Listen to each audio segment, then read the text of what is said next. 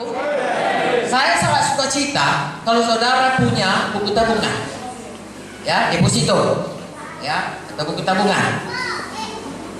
Setiap hari saudara tabung ke situ, maka satu waktu buku tabungan itu akan banyak isinya. Dan saudara akan suka cita, karena itu berarti saudara kaya dengan tabungan. Adalah lebih baik kaya daripada miskin. Tetapi ada satu lagi kaya yang kekal selamanya, yaitu kalau saudara menabung, mengirim hidup saudara, harta saudara, pelayanan saudara, hati saudara, kasih saudara, ya, urapan saudara, semua untuk kerajaan sorga. Dan itulah yang kekal selama-lamanya, menjadi milik kita yang kekal selama-lamanya. Saya memberikan saudara satu pandangan lagi, ya. Kalau saya, saudaraku, dikatakan yang nampak ini tidak kekal, kemudian yang tidak nampak itulah yang kekal, saya ini gak kekal, ya.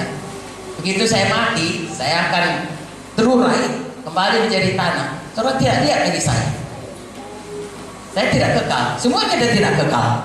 Yang nampak ini, yang kekal roh kita, jiwa kita. Amin. Nanti kalau diberikan Tuhan tubuh yang baru, tubuh yang mulia, kembali lagi kita punya roh, tubuh dan jiwa. Tapi sementara itu bagi tubuh sekarang kita yang nampak ini gak kekal, ya, karena kita sayang saudaraku. Lalu ada saudara kita yang meninggal, kekasih kita yang meninggal, kita bersedih hati. Tapi sebenarnya, ya, semua kita yang meninggal dalam Tuhan, saudaraku, semua naik pangkat, dapat promosi. Ya jelas Tuhan bilang lebih enak, lebih bagus ke surga daripada di bumi ini. Kalau kita lihat dari mata kekekalan, kita akan lihat sebenarnya orang-orang yang kita kasih itu semua naik pangkat. Ya, dia mendapatkan upahnya menyertai dia. Berbahagialah orang mati dalam Tuhan. Paulus berkata, hidup ini bagiku, mati bagiku keuntungan. Ya, kalau hidup adalah untuk bekerja. Haleluya. Jadi saudaraku, kembali lagi, sebenarnya saya dan saudara harus memandang hidup kita itu dari mata kekekalan.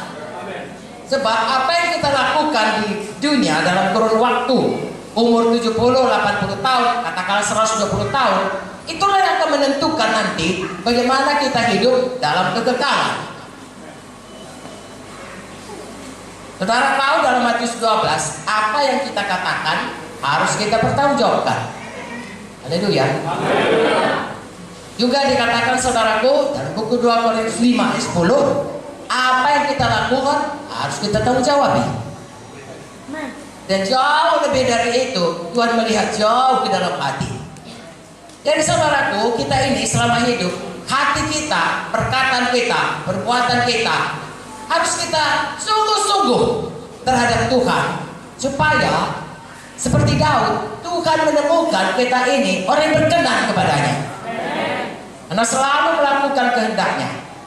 Pada ayat yang lain dikatakan Daud mengerjakan apa yang harus dikerjakannya pada generasinya. Kiranya kita menjadi seperti itu. Haleluya. Daud sangat beruntung, bukan beruntung lah, sangat diberkati Tuhan. Yesus disebut anak Daud. Ya, walaupun dia sebenarnya ada Yusuf. Anak Yusuf kan, anak Maria. Tapi selalu dikatakan Yesus anak Daud. Ya. Nah, Tuhan memilih dia seorang yang berkenan kepada Tuhan. Marilah kita semua menjadi orang yang berkenan kepada Tuhan. Bagaimana berkenan kepada Tuhan? Kalau kita mengerjakan seperti Daud, apa yang disuruh Tuhan, apa yang dikehendaki Tuhan, itu yang dikerjakan. Sekarang saya tanya, saya menanya bertahap. Apa sih sebenarnya yang disuruh Tuhan kita hidup ini? Saya setuju kalau dikatakan diberkati supaya nama Tuhan dipermuliakan. Itu salah satu. Ya, sebab seperti saya katakan tadi, saudaraku, besar pun saudaraku rumah kita, katakanlah kita membangun menara yang paling tinggi. Sekarang menara paling tinggi di mana ya? Dubai. Katakanlah Dubai ya. Itu paling tinggi. Kalau nanti Tuhan Yesus datang, tinggalnya itu saudaraku, antikristusnya di situ. Kalau saya dan saudara kerja, katakanlah satu bank, jangan marah kalau saya katakan ini hanya membuat saudara punya cara pandang, ya, supaya cara pandang saudara membuat saudara bergairah hidup ini.